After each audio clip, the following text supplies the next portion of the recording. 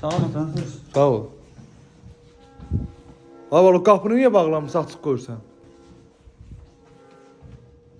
Sən bu 4 il universitet oxudun, öyrətməyiblər sən qapı bağlamağı. Hayata, üniversitede qapı bağlamaq öyle. Mənə xarabaya nəyə gəlib gəlirdin 4 il? Ha, buna şorpa oluyordu.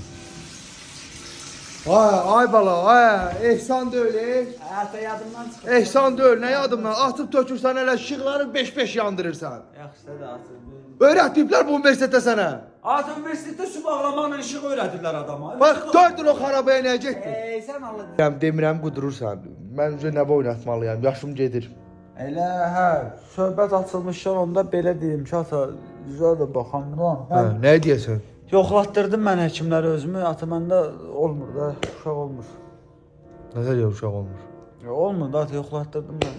Sonsuza. Olmayacaq. Yox, dedilər ümumiyyətlə səhərbəs. Və o 4 il o xarabaya nəyə getdin, gəldin universitetə? Üniversitetin nə əlaqəsi var bu ciddi söhbətlə? Yox, 4 il mən o hazırlıqlara, o lətafət müəlliməyə bir oğuz pul verdim.